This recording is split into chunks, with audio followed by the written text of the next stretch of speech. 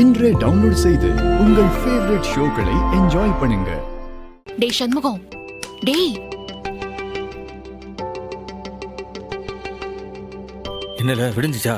மணி இப்போ 3 தான் ஆகுது. ஆனா இப்பவே அவ அறிவுக்கு பால் கொழுக்கட்டை பண்ண ஆரம்பிச்சிட்டான். அப்படியால?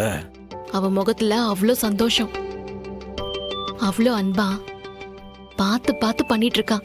இருக்காத பின்ன. தாலி கட்டினதுல இருந்து அவன் மூஞ்ச பார்த்து சிரிக்க கூட முடியல அவளுக்கு.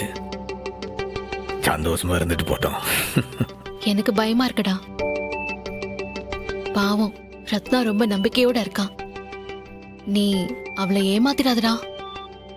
நீ பாட்டுக்கு அறிவழகனை பார்க்கலாம், பால் கொழுக்கட்டை கொடுக்கலான்னு அவளுக்கு நீ பெரிய நம்பிக்கையை கொடுத்துட்ட.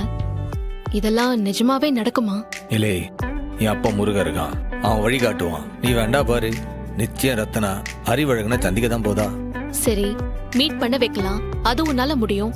ஆனா பால் கொழுக்கட்டை எப்படி? விடுல, பார்த்துக்கிட்டே இரு. அவனை சந்திக்க தான் போதா. அவ கையாலேயே அவனுக்கு பால் கொழுக்கட்டை ஊட்டி விட தான் போதா. டேய், இதெல்லாம் ஓவர் கான்ஃபிடன்ஸ்டா. உன் தகுதியை மீறி வாக்கு கொடுத்துட்டு இருக்க. அப்புறம் அவஸ்தைப்பட போறது நீதான். என் தங்கச்சிகளுக்கு இது வரைக்கும் நான் ஏதாச்சும் ஒன்று சொல்லி செய்யாம விட்டுருக்கனா?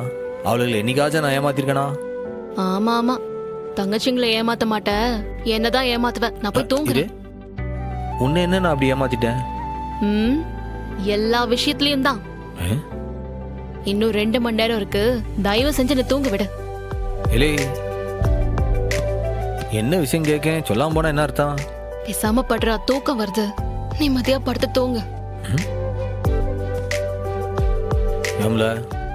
நல்லா உறக்கத்துல இருந்தவனை எழுப்பி குழப்பி விட்டு தூங்குன்றியே, இப்ப எப்படி தூக்கம் வரா? நான் உன்னை எந்த விஷயத்துல ஏமாத்துறேன்?